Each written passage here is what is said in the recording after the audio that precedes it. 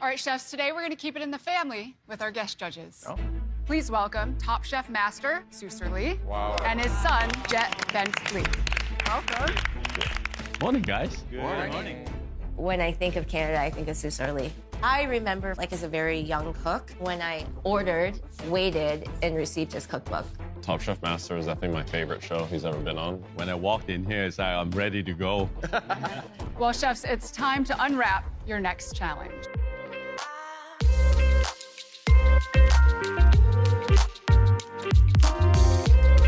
Welcome to the Eat Your Content podcast. I'm your host, Rich Herrera. Thank you for pushing play on my podcast. I definitely appreciate that. Just a couple of programming reminders. I'm continuing the Top Chef Season 22 episodic recaps, so make sure you like, follow, and subscribe on your podcast player of choice to Eat Your Content.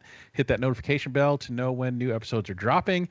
Also, just follow me on socials at Eat Your Content, at Rich Herrera, on TikTok, Instagram, Twitter, Threads. Pretty much anywhere there's a social media, I'm going to be on there somehow. So make sure you like and follow there as well.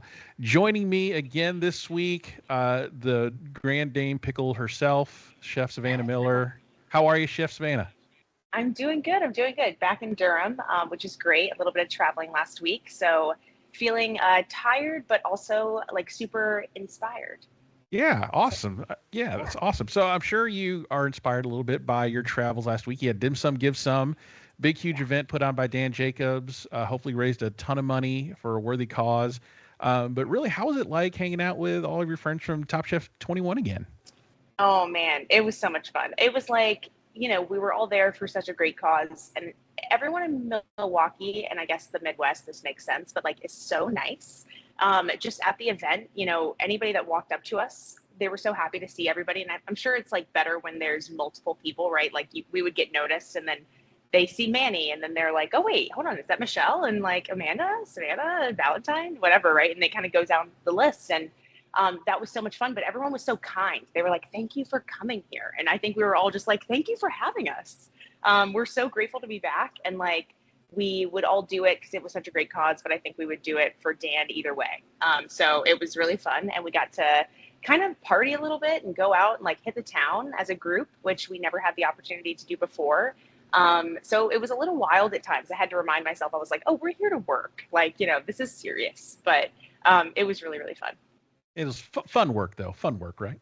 Yeah. I mean, I feel like it was kind of this moment of, wow, I'm really excited. I think when you get to a certain point where the stuff from Top Chef is really fun because you get to have all these crazy experiences and all these doors open. But I think it's really cool when you can use all that for a really good cause. And yeah. I think I feel like everybody wants to do that at some point, right? And it's cool that we got to do it together. Yeah, it's awesome. You're using your platform now to promote a great cause that Dan Jacobs has been championing for a few years. Yeah, so that's awesome. He's the one that got it together. So I'm stoked for him. And it's a terrible disease, but I feel like this type of stuff puts it in the light and it gives people an opportunity to raise awareness. And I don't know, I feel like I learned a lot about it too. So it was a really good time. Excellent. Any fun fan interactions while you were there? Oh man. I mean, again, just meeting people, I think it was really exciting for the people who were showing up that they could meet people from the season that was in Wisconsin, Mm-hmm. I don't know. I don't really think that we think about it this way, but it is it's a very local celebrity type of thing. Right. C-list, D-list, whatever you want to call it. But it's very humble, but it's kind and it's really welcoming. And I think every interaction was so cool. But I would say one of the funnier ones, we were waiting in line. There was this really busy bar and nobody wanted to wait. We couldn't really get all 8 or 9 of us in there at the same time. So we found this little very Wisconsin truck bar cart that was serving beers. And so we all went over there and no line. So we all get beers and the guy's like, what are you guys doing here? Chatting us up. And we're like, oh, we were on Top Chef. And all of a sudden he's like, wait. And he realizes. Yeah. So that was kind of fun because I people just the surprise is always silly. Yeah, that's always, they don't make the connection right away. And then you mention it, you're like, oh, you're that guy. You're that girl. That's awesome. And it helps. Yeah, when you're all together, it's more obvious, right? Because you're if you don't recognize someone maybe specifically, you will if they're next to each other. Right. And so that happened to all of us, yeah. That's awesome. So what dish were you kind of responsible for making for the dim sum event? Yeah, so it was essentially like a big walk around. I think there was like 400 tickets sold, and there was two big not conference rooms. I don't even know. It was this huge Italian community center, and actually, I think Paul Bartolota either owns it or runs, the kitchen out of it and does a lot of events there. So it was a huge space, and everyone was spread out, and it was kind of like a 1 or 2 bite amuse situation, like a food festival style. I did something that a play on something we've done in Tempora, which is actually where I'm here at today. Nice. Yeah, a little change of scenery. That was essentially, a nari, the tofu skin that is essentially fried, and then it's kind of soaked in like a soy mirin mixture. It's like a little pocket. And so we take those and we make tartare. And so I did a hamachi tartare that was stuffed inside the inari. And then you kind of roll it up, you cut it in half, and then we torch the outside because it has some of that like residual sugar, so it chars up. And then I essentially, the tartare is very simple, scallions from Justin, things like that. And then we wrap it with nori and eat it with your hands. Oh, that sounds delicious. Yeah, simple and easy. I was like, we're not going to cook anything at this festival. I feel like I'm learning slowly over the last year. So did it remind you of the 150 people like heading your way in one of those group challenges on Top Chef? We were in it's because there's 2 big rooms, they separate you out, because last year I heard it was like insane with 1 room. So they adjusted, but I do believe that we were in like the farther room, maybe with a bigger bar, and which was great, right? But I think we got hit second. So at first we were like, where is everybody? And I remember telling, like, Justin and my friend were there helping me, and I said, I'm not flying back with hamachi. Like, you know what I mean? Like, this is staying here, so I hope I didn't bring too much. And then it's the second people found out, like, oh my God, wait, the other room is open. We were slammed. And it was funny because the other chefs maybe had like gone close, or they may have like, wow, I have like someone helping me. We're through our rush, but you guys are getting hit now. So some of the other Top Chef people came into like the other room. And at one point I had to go to the bathroom, and like Amanda and Sue were on my line. So it was really, really fun. But there were a few people from Cheese Fest that were there, and it was just so funny. I was like, it's so nice to meet you. Like, it's so weird reconnecting, because like you might recognize them from coming to your table, but it's a totally different thing now. So all around, it was a good time. Awesome. Sounds like it was fun. And I love that you're recording from your restaurant today. So I love the exposed brick. Yeah. It looks beautiful. Looking forward to visiting it one day if I'm ever in the area. So I'll let you know. You're so close. Yeah, you're close by. It's a quick drive, right? Yeah, right. Kind It of. is. Not really, yeah. Not really. Well, that sounds fun. Let's get right into the episode. Got a lot to talk about. We got a pickle challenge. We got another brand endorsement that was kind of interesting. So we'll talk a little bit about that. So let's get right to the quick fire. Yeah. We have guest judge Susur Lee from Top Chef Masters and his son Jet. Did you ever watch Top Chef Masters when it was on?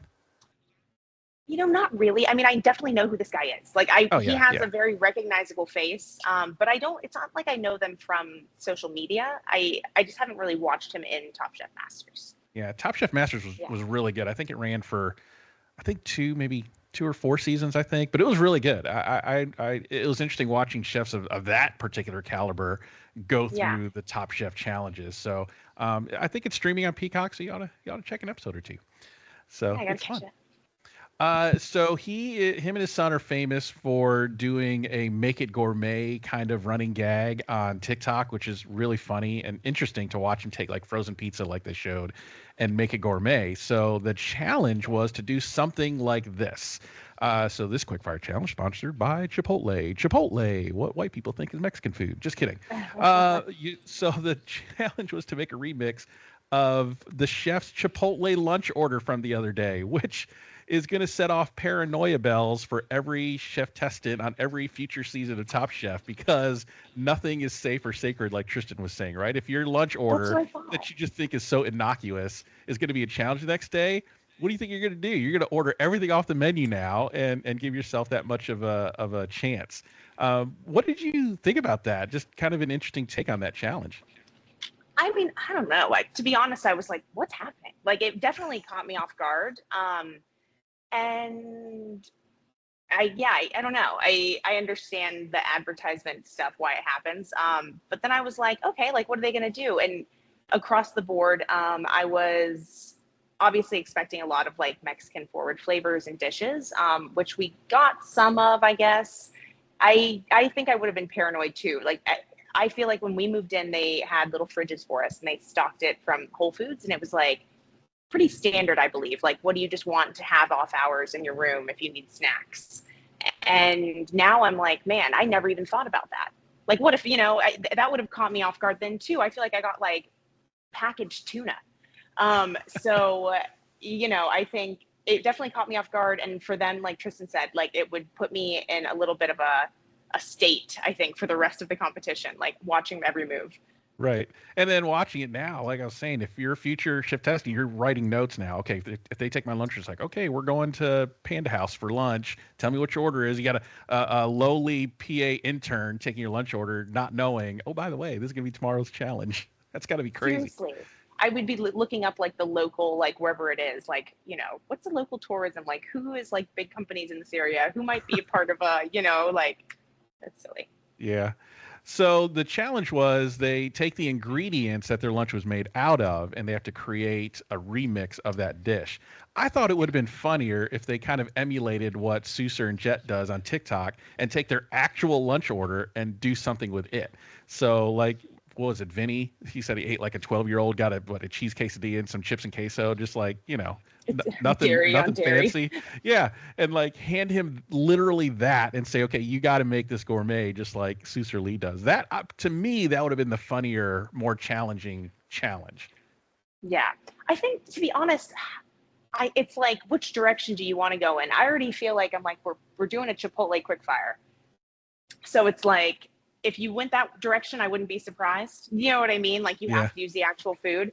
I'm grateful they didn't, but I guess it's because like I don't really want a Chipotle quickfire to begin with. You know what I mean? And, Right. And I'm sure that like across the board, I don't know. I think that for me it was like we're getting a Chipotle quickfire and a pickle episode. I think I wanted maybe those to be on different episodes. Yeah. Does that make sense? Yeah. I mean, you're in Canada. Why not a Tim Hortons quickfire challenge, right? I mean, maybe there still will be though. Maybe we're just getting ahead of ourselves. Maybe because when I think of Canada, I think of Chipotle.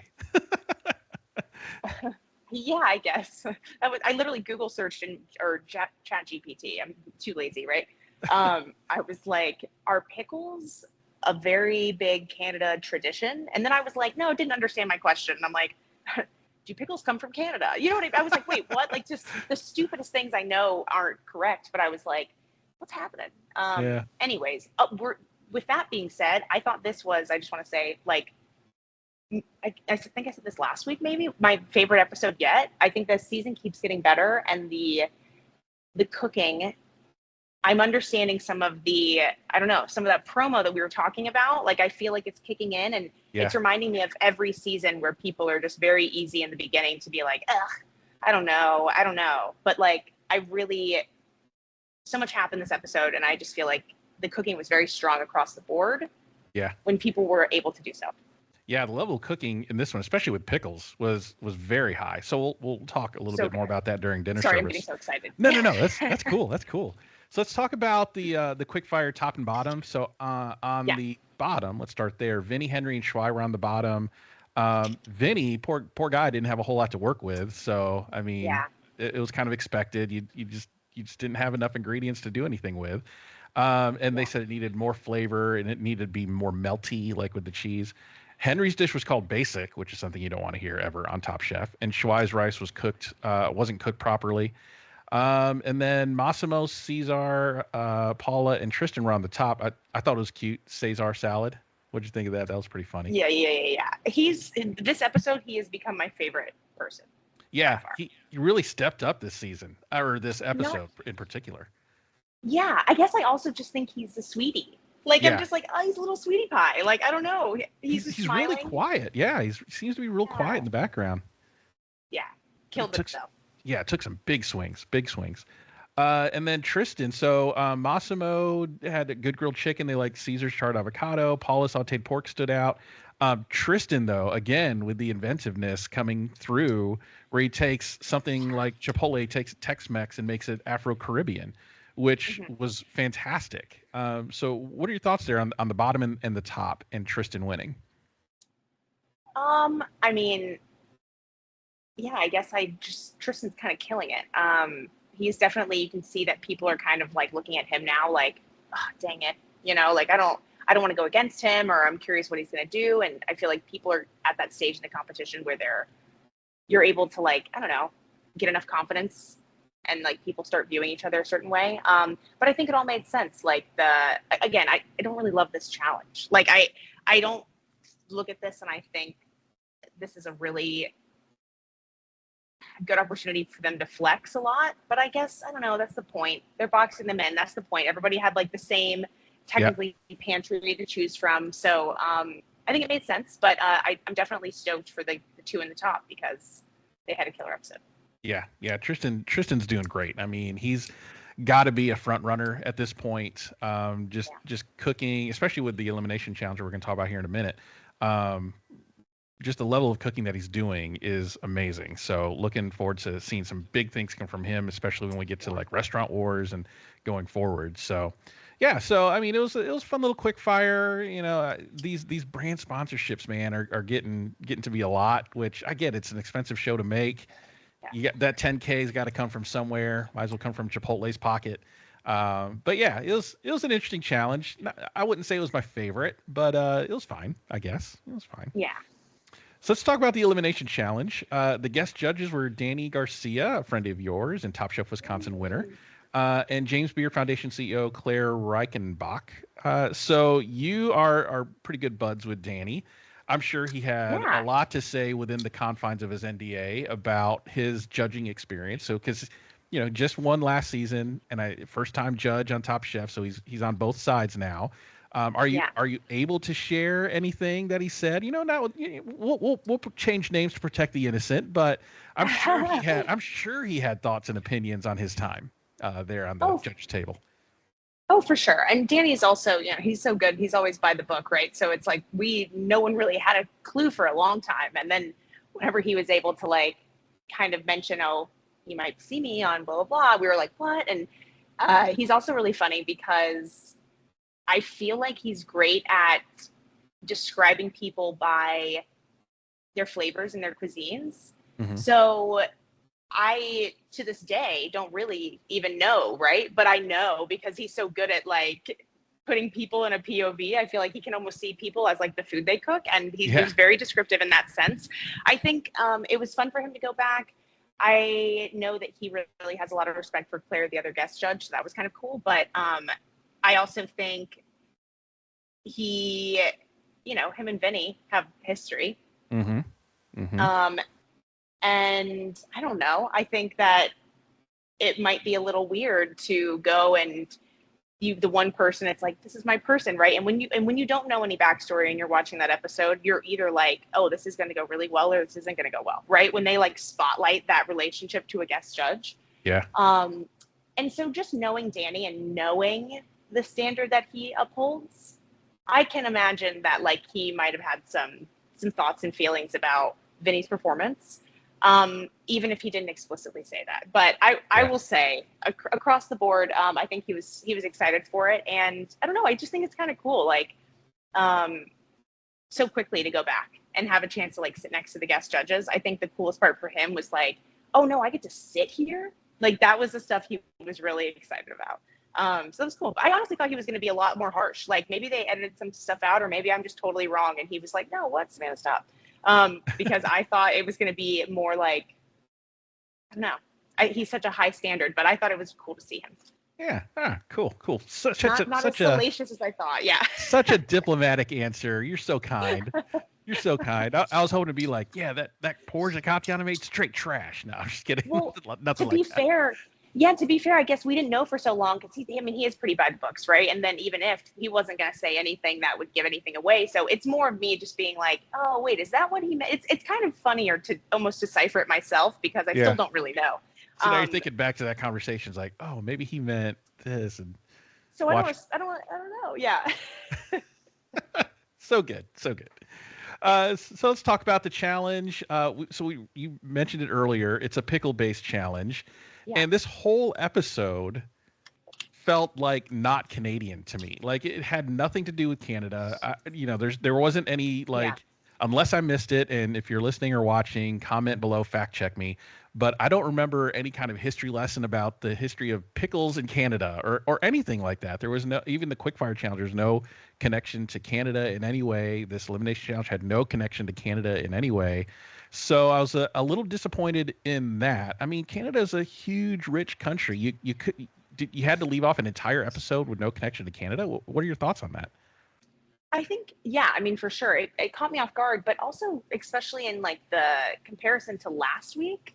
Yeah. When it's like, we're throwing you in, you're going to go and you're going to be working in these kitchens, not kitchens that just represent the diversity here, but you're literally going to be working with the people here, and we're going to get behind the scenes.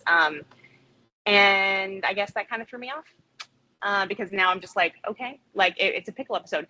But I will say I loved it, and I would have wanted to do this challenge. I loved the idea of them being on teams. I love the schoolyard aspect of like the picking the teams. Mm-hmm. And I love always when they do a challenge where they're like judging tableside in the moment. Yeah. But I guess I was a little confused. But if I'm being totally honest, by the end of the episode, I was just kind of like entranced again. But like now talking back to it, I remember being like, yeah, why pickles? I don't know. Oh. Yeah, I mean, same as you. I was watching it, and by the end, the dishes look so great. And by the time we get to Caesar's like dill pickle ice cream, I'm like, I'm all in. But yeah, kind of watching it back the second time, I feel like there was a missed opportunity of not highlighting Canada at all in this episode. Even as simple as like, we have this great Canadian pickler, to judge the dishes. I don't know, but yeah, just a missed opportunity, I thought. But overall, the episode was still really, really good. So yeah, let's talk about the schoolyard pick'em aspect of this. So Bailey and Tristan both have immunity, and because of that, they are team captains. And Team Tristan, in order of picking, he's represented by green. He picked Katiana, Schwei, Caesar, and Henry. And then Bailey, in order, picked Lana, Paula, Vinny, Massimo. I got to tell you, I was surprised Massimo was last. I did not expect that at all. What'd you think? Really? Oh, I totally expected it. Okay. I mean, I guess I just think that like, I mean, I don't know. I'm not in their heads, right? When I'm watching that and I see, okay, Bailey, like she choose Lana and then they choose Paula. And I'm not saying like, oh, it's a girls club, which if it was, that's fine because there's plenty of boys clubs. But I just think that like, that wasn't, I think it's about vibes. And I think that happens a lot in the kitchen. Good and point. I think it's it's a good choice. It's like, man, if you look around and you're like, everyone's a strong chef. Like, I don't necessarily think there's any bad pick of a chef, especially at this point. You are going off of, I'm going to cook the best food when I'm having a good time and I'm not stressed. Massimo is clearly talented. Like, there is no question about it. Mm-hmm. I think he got picked last because people didn't want to deal with maybe the drama that they saw in the last challenge. With that being said, I think he really showed, like, by the end of this episode, I was audibly laughing at things he was saying and kind of like, I could see how he could be like a lovable jerk sometimes, you know, like older brother type thing, or I don't know, like silly back and forth. But in that moment, it did not surprise me. Yeah, see, that's why I have you on here, because I was looking at strictly cooking ability. And I was like, Massimo being picked last to me was like, why are you picking like one of the stronger cooks last? And then I didn't even think about, okay, the chemistry in the kitchen, because, I'm as a viewer, I'm watching a snapshot in time of them in the kitchen. Whereas you as a competitor, you've been there and have had to spend the entire day in the kitchen with a team of people that you may or may not want to spend the day with. And Paula even said in her confessions, like, I don't know how I feel about working with Massimo again. So yeah, in what you're saying, I agree with you. Massimo being picked last, like, who wants to deal with that strong personality based on what they saw in the last challenge with what Paula had to deal with? Like, I don't want to deal with that. So it's a good point. Yeah. It can tank a service. It's like, you can have the best menu possible, but if you have an interaction and it doesn't really go well, I mean, it almost could have happened again, like, I feel like, and not that I think those two things are really coming from the same place, but like, it's just kind of a scary thing. Yeah, because the vibe in the kitchen can kill a service, just like you were saying. So you get the wrong personality in there and it just brings the whole team down. So, but he did good overall. I think he kind of kept things in check for himself. So it was kind of fun to watch him make his cannolis, and we'll talk a little bit about that. So part of the challenge was to create a 5-course progressive dinner featuring pickles. So the first course featured cornichons, second was full sour, third was dill, fourth is spicy, fifth is bread and butter. Any particular pickles you like? I mean, I'm kind of a basic dill pickle guy. I like pickles, but I'm not a huge connoisseur of pickles. I mean, I love all pickles. I think bread and butter, I don't know if I would have wanted to, it's what I would snack on is probably different than what I would want to cook with. Dill is probably what I would have wanted to use, but I think I snack the most on like B&Bs or like cornichons. Yeah. What's the challenge? What's the biggest hurdle in this challenge? Because with pickles, like as a non-chef, I look at pickles as like a condiment. I put them on a burger, I put them on a hot dog, but I've never featured something around a pickle, right? So when you were watching this, like, oh, what's the biggest challenge they have to overcome to make a dish not so pickly? I think that the challenge here is like dissecting the pickle for what it is. So if you were to just take, and like sometimes this works, right? But like across the board, if you were just like, I'm going to take this pickle and I'm going to chop it up here and then I'm going to use the liquid on this. And it's just like you're taking all the strongest parts, like that vinegar brine or something, right? And you're putting it into every part of that dish. I think it could easily overwhelm it. You just have to have more restraint. But where I think people like shined, or like I think of Lana's dish of like the simplicity of that, but which is kind of like what I'm saying, but having restraint and doing it in the right way, kind of, right? I think that what I would like to do in this situation is to like break down the pickle for what it is, meaning that like there's acid, but like, you know, how Cesar was saying, it is sweet. Like these pickles are pretty sweet. So you're thinking, okay, there's sugar, there's vinegar, and then you break down the spices of the individual pickling liquids. And I think the fun way to make a dish like this is to give each elements of the pickle. So when you have them together, it tastes like that thing without like, I'm just tasting the sauce and it has every element of my pickle in it. Therefore, if you have that with every component on the dish, it does become overwhelming very quickly. Yeah.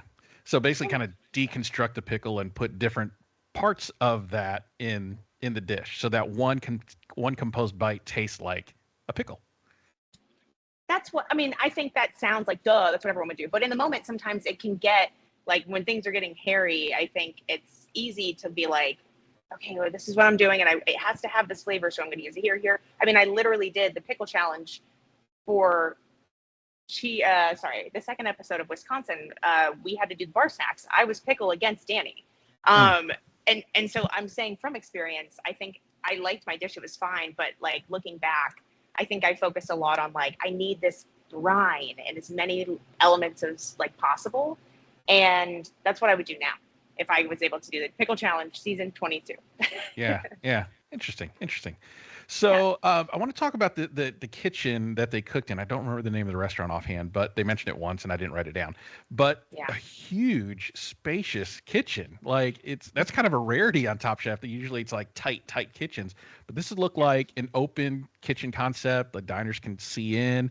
Beautiful kitchen, just a lot of space. Were you kind of like, man, I'm kind of jealous I didn't get to cook in a big old kitchen like that?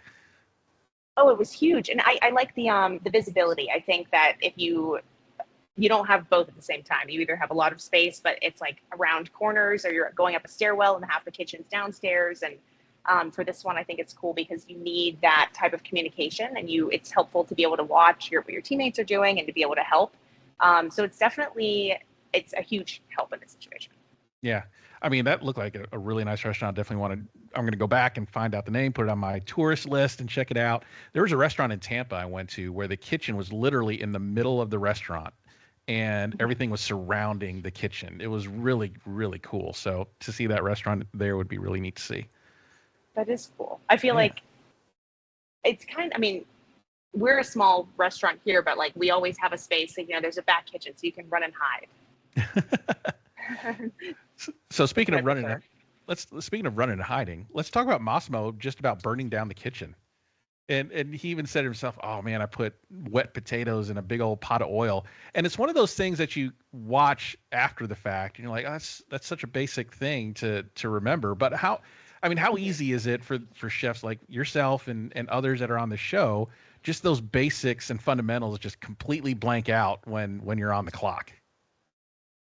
Yes. The answer is yes, right? Like, and it's different for everybody because there's some people who would like never make that mistake, but they would make another one, you know? Sure. And so it's so easy to be like, what, how do you do that? That shit happens. And like, and also it happens, I think, when you do feel like you're in a good spot, when he's like, oh, everything's great. I'm just going to do like one more little thing. It's just one more little thing. And I feel like that's sometimes when those mistakes happen. But it was funny watching it because I remember being like, hold on, like go back. And I'm like watching it bubble up. And I was like, Justin said, is that water on the plancha? And the water got into the fryer next to it. And then a fire started. And I was like, no, but like he wouldn't, I can't imagine he would just put a whole pot of oil on the plancha next to the fryer, right? Yeah. Because then you have the fryer. Why wouldn't you use the fryer? But it's like, maybe it was full, who knows? And then it made sense. Like, you know, for some reason he did. And then the water combo made that happen. But like, I was actually scared. I cannot, like, big fires and stuff. I'm still at a point where like, I'll be like, whoo, I need a second. Like I need to sit down. Like I can be calm in the moment, but that would have really messed with my head. For him to like finish and execute and like crush, I was pretty impressed. Yeah. So I was like, oh, that is a big old fireball right there. Have you seen the season where they had, I think the fryer caught on fire? I believe is it a season with like Carla Hall and Antonia LaFaso? Maybe? I don't remember what happened. You should look up. I feel like when I was preparing to go to Top Chef, I was looking up like YouTube, like 10 worst Top Chef. You know, I was on YouTube a lot, like trying to find like the videos that people have picked out. And I think it's on there if you just search something like the 10 craziest moments or biggest emergencies. It was back in the day, one of the earlier seasons, and the fryer caught on fire. And I feel like I just remember people, something like that. And they had to evacuate the kitchen. And they were talking about it like people were trying to like save their food. And it's like, we got to go. Like where judging is canceled. You're all going home. Or, you know. Right. But yeah, you should look it up. It's crazy. Thank God that this wasn't that. Yeah. Savannah, a student of the game through and through. I think, yeah, I can't remember if it was before or after I finished filming. I didn't know if I was trying to prepare myself or trying to see, like, will I end up on this list or not? You know? Hilarious. So another chef probably wanting to crawl into a hole, Schwei, inadvertently sabotaged Henry by throwing away his entire mise en place. Like, talk about wanting to just hide. What was going through your head? Yeah. Did we manifest this? Yeah, no. I think we put it out you put it out in the universe last week there, Savannah. I felt really bad for everybody. Yeah. Everybody involved. Like it's like one of those things where I was worried too. I don't want Katiana to go home. That is not like a great day for me. But in that moment I was like, for the social dynamic of these friend groups, I really hope that she does. And only because it's like if it comes down to one of those guys and it's not Schwei, or if they choose Henry, I feel like Schwei has to be like, I don't know. And then they were like going about, I don't know. I think that it would come down to that, right? Like a self-elimination. Yeah. Oh, that would have been drama filled. Like if Katiana's porridge was better than it was and it came down to Henry and Schwei and Henry was going home because of those missed elements, fully believe that Schwei would have fell on his sword and be like, absolutely not. He failed because of me, and I should go home. But that decision was taken out of their hands. Spoiler alert, Katiana was eliminated. But yeah, I mean, just the guilt that was on his face of doing what he did. And this is the later seasons of Top Chef where everybody started like jumping in and helping out as much as they could. If this were like season 3, the Bravo drama, I think, would have heated up. Nobody would have helped because they're like, oh, that's one less person I have to think about. I remember I had Chef Kenny Gilbert on to cover Top Chef season 20, World All Stars.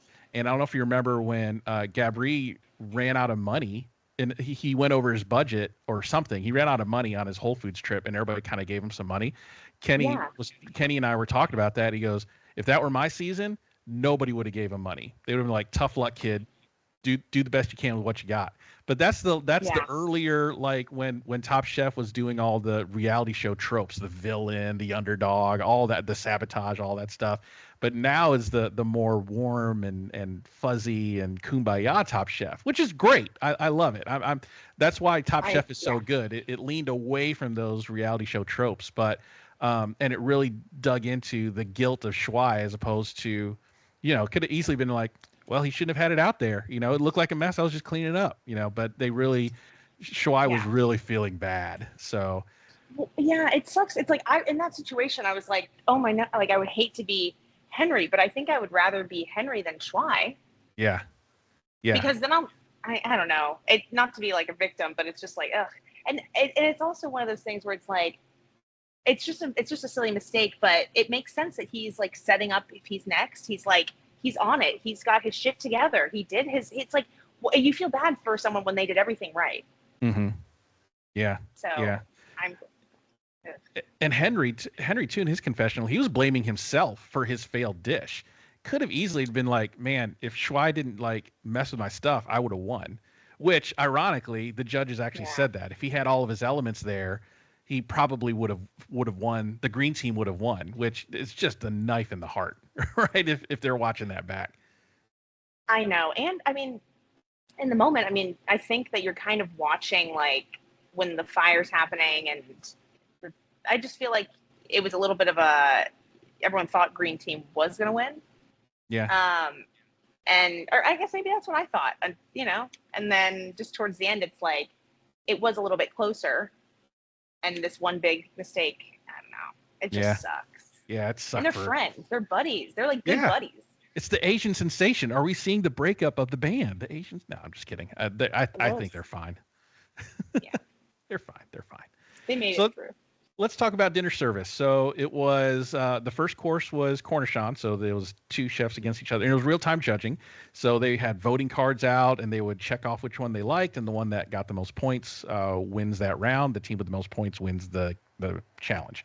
So first course was Schwai versus Massimo. Schwai had fried pickled mushrooms, steak tartare, and Dijonnaise. Massimo had fried pickled cannolo with the classic steak tartare as well. Massimo wins 6-2. Danny said he didn't shy away from the pickle and showed a lot of restraint and bounce. Schwai's tartare wasn't tight enough. At first, when Massimo said he was doing an homage to Le Express tartare, I always am worried about when people do that, because then he mentioned it in his description of the dish. I'm always worried about that because you're automatically going to compare the two. Now, it worked out in his favor, but can that be bad if you're presenting a dish like, oh yeah, I am emulating this, and then you're automatically putting it in the judge's mind, okay, it better taste like this. Yeah, for sure. I think the context makes it easier to understand, because it's like, I would shy away from it 90% of the time. There might be like a 10% area where it's like, I'm doing something that seems so left field and not associated with the challenge. And so I just want you to like, this is kind of how I'm tying it back in. I think there's a time and a place where you can use it to your advantage, but most of the time I would never do it. Yeah. Yeah. I mean, it worked out to Massimo's advantage. I mean, Tom, even at the judges table, said it tasted better than Le Express, which is high praise. But it could have backfired and easily if it wasn't up to snuff. They're like, well, it's supposed to taste like Le Express. It was a fine tartare, but it wasn't that. So, points off. But it worked out for him. So that was good. Second course was Tristan versus Vinny. So Tristan, this is the sour pickle course. So Tristan did charred pickles, cured mackerel, and some variations of pickles, and Vinny did a smoked salmon rillette with also variation of pickles and a gnocco frito. So Tristan wins in a clean sweep, 8-0. Described as inventive by Claire, which is an adjective I'm going to be attaching to his name probably through the rest of the season. And Vinny's critique from his friend Danny, it's to the letter of what they made in Nomad, but under-seasoned. I'm finding that Vinny, he's not putting himself on this plate again. In his confessional, he said, I lost because I suck. And I wanted to shake him by the shoulders and go, you don't suck, dude. You don't. You're just not bringing anything of yourself to your dishes. You're cooking like a robot and not with your heart. What did you think? 100%. 100%. I think I'm like, what do you cook at home? Like, Yeah. what do you make? I don't know if he's already said anything about if has a partner or whatever, but like, let's imagine, right? Like your partner at home and you're making a dinner. Like if that's his scenario, what do you make? What do you make for someone that you want to love and you want to like nourish and you want to like impress and like something that like, that's the food that comes from your heart. I feel like that's a simple way to put it, but it's none of this food seems like stuff that sometimes really comes from his heart, which is also like I know it's such an easy thing to say, but I also feel like I did a lot of that robotic cooking. And it's when I ran into mistakes where I would be like, but it's supposed to happen like this. And then it's like, okay, well, we're not there and it's not like this. So figure it out. That's when I got into some pickles. But I think for Vinny, this whole situation like is like beating a dead horse. Yeah. I don't know. It is. And I don't know if he's not seeing it. And I don't think the judges are telling him. And I think if they did, it'd be different. But he's got to get out of this. Oh, and I cooked this at Nomad. I cooked that at Nomad. And just stop. Just like what you're saying. When you're done with service and it's 2 a.m. and you just want something comforting to eat at the house, what are you doing? Do that. And put yourself on the plate. Just forget you worked at Nomad. But I don't know. Maybe he'll learn. But he doesn't suck as a cook. He's clearly a talented cook. He just needs to get out of his head, I guess. I don't know. Yeah. So third course was Katiana. She did roasted dilly cucumbers, dill pickle, and clam vinaigrette. This is the dill pickle course. Lana did dill pickle seared scallop and dill pickle beurre blanc. Lana wins in an almost landslide, 7-1. Katiana's porridge was collectively bad. I want to know who voted the 1 for Katiana and kind of get in their head and be like, okay, how did you get past that porridge? Because they kept describing it as just like awful and like the worst thing ever.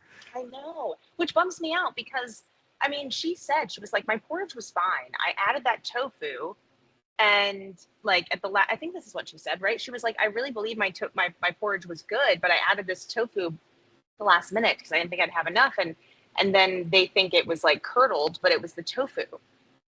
And from that, I was like, that kind of sucks. Like, it's one of those things. It's like that. I think that's why they highlighted it all episode, right? Because they're like, thank God I have my tofu. Don't forget the tofu. Where'd we get the tofu? And then it's like, oh no, the tofu messed me up. That kind of bummed me out. Yeah, it sounded like one of those things that sounded good in her head, but then in execution didn't quite work out the way she wanted and came back and bit her. So the fourth course was the spicy pickles. Spicy pickles. So the fourth course was Henry with the braised short rib with pickle jus, fermented pickle collards, and braised daikon pickles, and versus Paula, who had the grilled octopus with spicy pickle chimichurri. Paula wins in a clean sweep, almost a clean sweep, 7-1, clinching the win for the purple team. They called it a beautifully layered dish, and Henry's wasn't pickly enough, obviously, because it was all in the trash.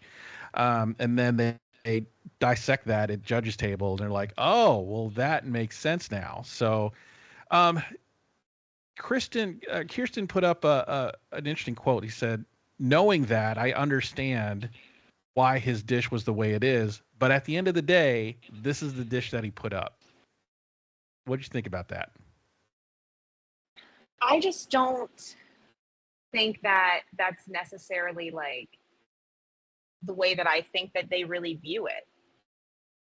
Really? I don't know.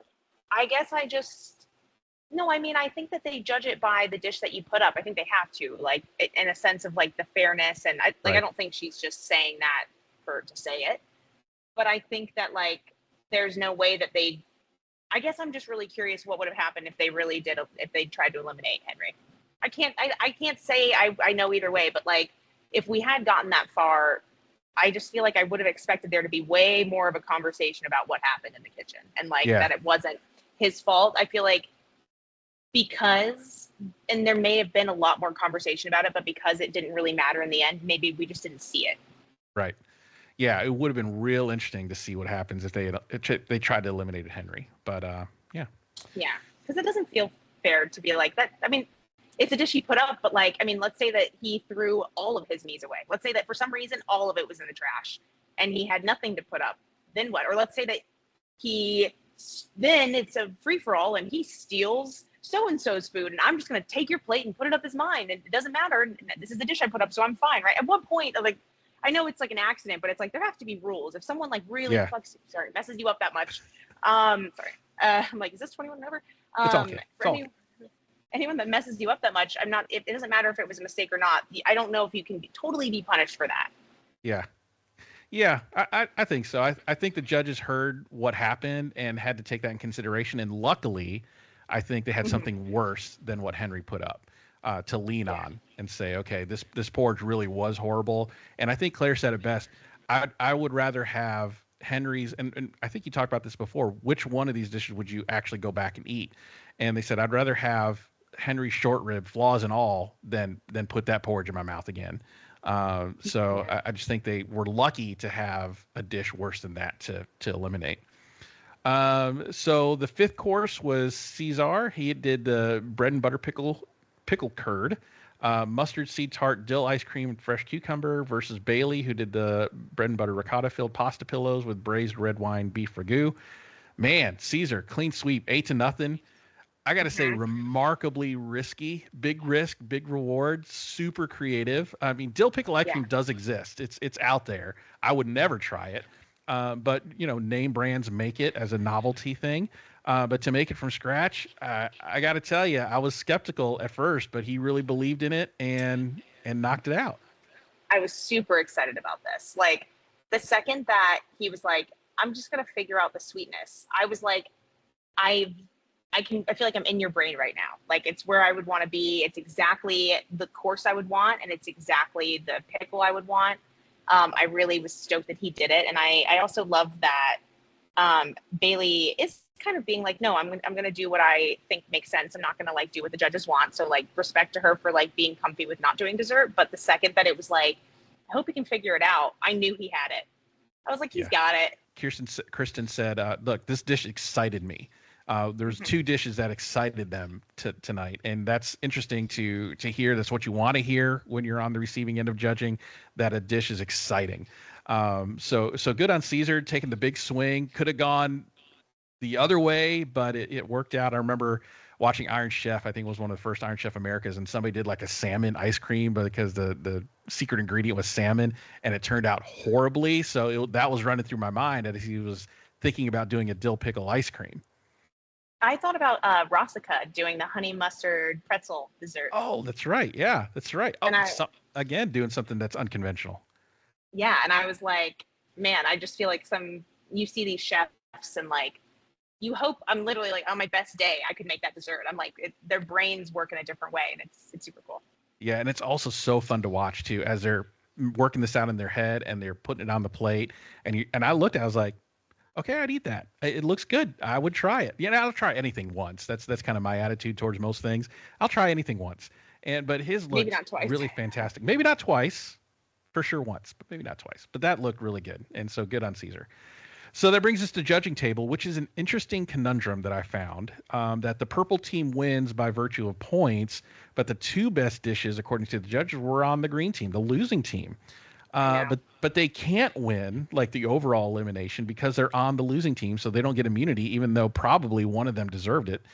So Massimo wins with his cannoli, which looked great, but visually and according to the judges, probably wouldn't have won if Tristan and Caesar were on the purple team.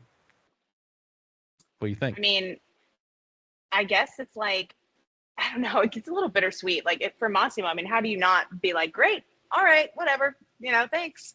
Yeah. Like, don't take it away. I'm going back to my hotel now. But I also think that you want to always win on the best day. And I think you always want to beat somebody because they also had their best day. And it sucks. I think I would feel a little bit like, all right, I still know I cooked well today, but because of these issues that this team had, it didn't feel like I want the best dish overall. Yeah.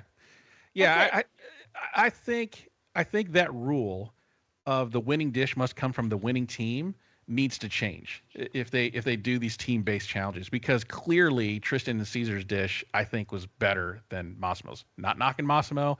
His dish looked really good. I'd eat it. but a dill pickle ice cream, and then not just a dill pickle ice cream, but just hitting a home run with it, I think deserves immunity. So I hope in future team-based challenges in future seasons, they say, okay, you're on two teams. The losing team's somebody's gonna be eliminated, but the best dish overall is gonna win immunity. I think that makes for a more dramatic judges table, I think, and it makes things more interesting. But I just found it extremely disappointing. It made Massimo's win less meaningful, especially after the judges say, the two best dishes tonight were on the losing team. Massimo, you win. If I'm Massimo, I'm like, did I win though? Did I? Well, and it's hard to especially when they go back to the stew room or something, and they're like, no, you don't pour your own drink. I'd be like, no, I'm gonna pour my own drink. You know what I mean? It's it's a little bittersweet. Yeah. It was. Yeah. I don't know if I like that rule, but we'll see what happens. So Katiana is eliminated. She's heading to LCK for her. The porridge was what messed her up. So getting into Last Chance Kitchen. Crazy that Katiana and Kat are neighbors. Small world, right? I love how they're like, be nice to me. We're neighbors. Yeah, so the challenge is they have to make a cohesive dish with 3 pickled ingredients that are on this display case. The twist is they had to pick the pickled items for each other. So they weren't picking their own. They were picking for the other person. So Kat picks for Katiana cocktail onions, sweet banana peppers, and beets, all pickled. And Katiana picks for Kat asparagus, cherry peppers, and green beans. I was really surprised that nobody picked pickled eggs. Like, that would have been my first one.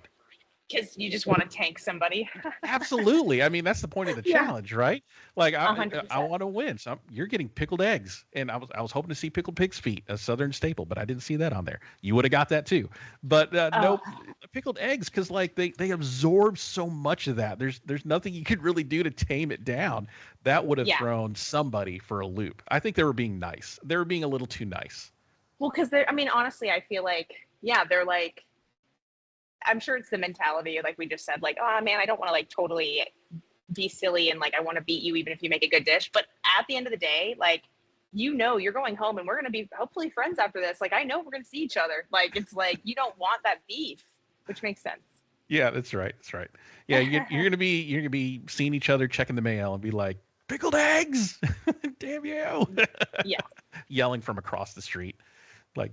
I would egg if someone gave me pickled eggs, and I would go to their house and I would egg their house with pickled eggs or something, I would just leave them everywhere. So Kat broke rule number 4, I think, of Top Chef. If something isn't perfect, take it off the plate, especially if it's not a required ingredient. And she even thought to herself to do that, except she tried to chop it up and hide it in her dish. And you're not going to hide stuff from Tom. You're just not. The only way I think she could have done that if she minced if she put it in a grinder and ground it. But Tom caught it right away. Yeah. You overcooked your shrimp, you're going home. I know and he's always looking. It's especially in Last Chance Kitchen, he has just your dish and someone else's to really judge and worry about. And he's got all day, right? So I feel like it's probably the worst place to try to hide something from Tom, but I know that feeling too. It kind of sucks when you're in that moment, and sometimes it feels like whether you've committed to it on a menu or you've just committed to it in your head, or maybe you've just verbally said it out loud and you don't want to go back on what you've said. You can just try to be like, maybe it's not as bad as I think. And usually your gut instinct's right. Yeah, and her gut instinct was right. Even as Tom was dismissing her, she's like, damn it. She knew she should have left that off the plate. And then she was trying to risk it and fly it under the radar, and it caught her. So Katiana wins. She moves on to Last Chance Kitchen. So your number 1 pick, eliminated in the main competition, but there's still hope for her yet. I know. I was like, I guess this is a sad episode. I was like, it was such a good episode, but as far as my points go, my girl's gone. Yeah. Long way to go, though, so she could make it back. Who knows? So let's talk about the draft update. A close game this episode. So we had Paula with 3 points on my team, top of the judges table. Shuai was on the bottom of the judges table for -2, and Tristan wins a quick fire for 5 points, so I get a total of 6 points this episode. For you have Henry that was on the bottom of the judge table for -2 points. Katiana gets 0 points, -2 for being on the judge table, but 2 for winning LCK. So she breaks even. Lana is top of the judges table for 3 points, and Massimo wins elimination for 7. So you get 8 points.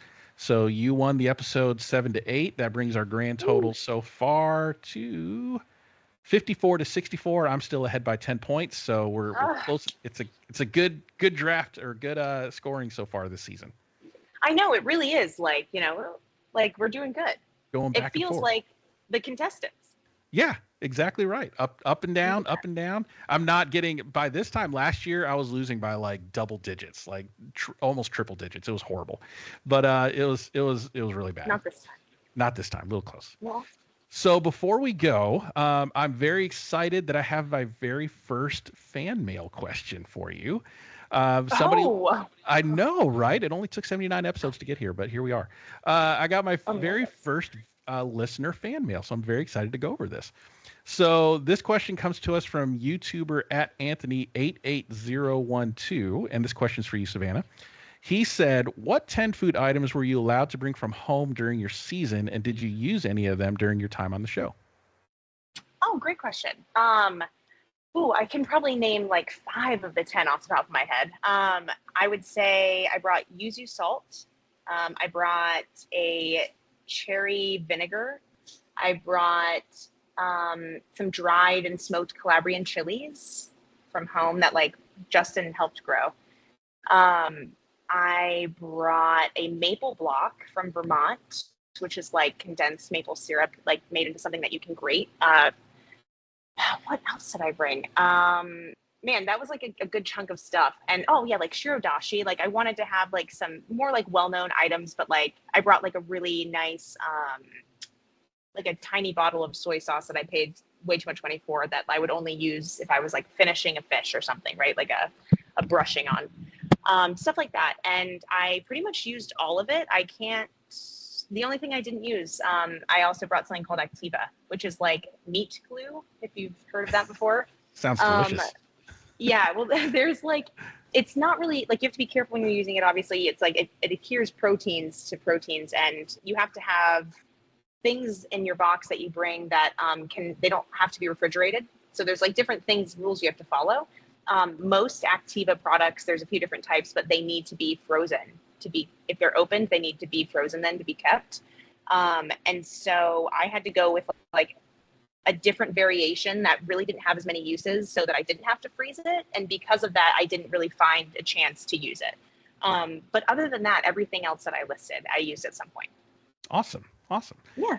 So Anthony88012, thank you for your fan mail question. I highly appreciate it. Thanks for watching.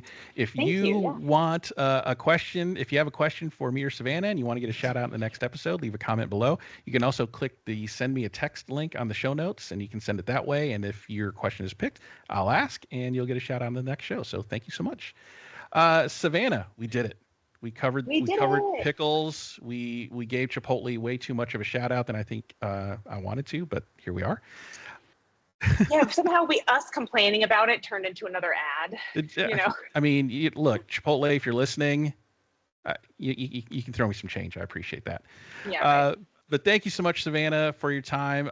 Looking forward to next week, and your restaurant again looks great. I hope to visit it one day. Any big predictions next week? Oh, man, I will say, I don't think this is a prediction. Like, I'm not manifesting this. I just said at the end of watching this episode to Justin, though, if Tristan slips up, it's going to be like the biggest like shock of the season. I remember, I think when we lost Rossica last season, I mean, people were mad. Yeah. Right? That was a big one. Understandably so. And like, he at this point is kind of having a similar trajectory, if not maybe, like, I don't know the data by data, but maybe even more of a trajectory for a win at this point. And so I guess I just really hope that doesn't happen. Yeah, at this point, it's his to lose, right? And Rossica is a great example. She was doing great, had one bad service, and it was early, unfortunately, and she was gone. So we hope not to see that with Tristan. So yeah, looking forward to next week and seeing what we're doing, and looking forward to seeing you again. It'll be fun. Well, thank you, sir.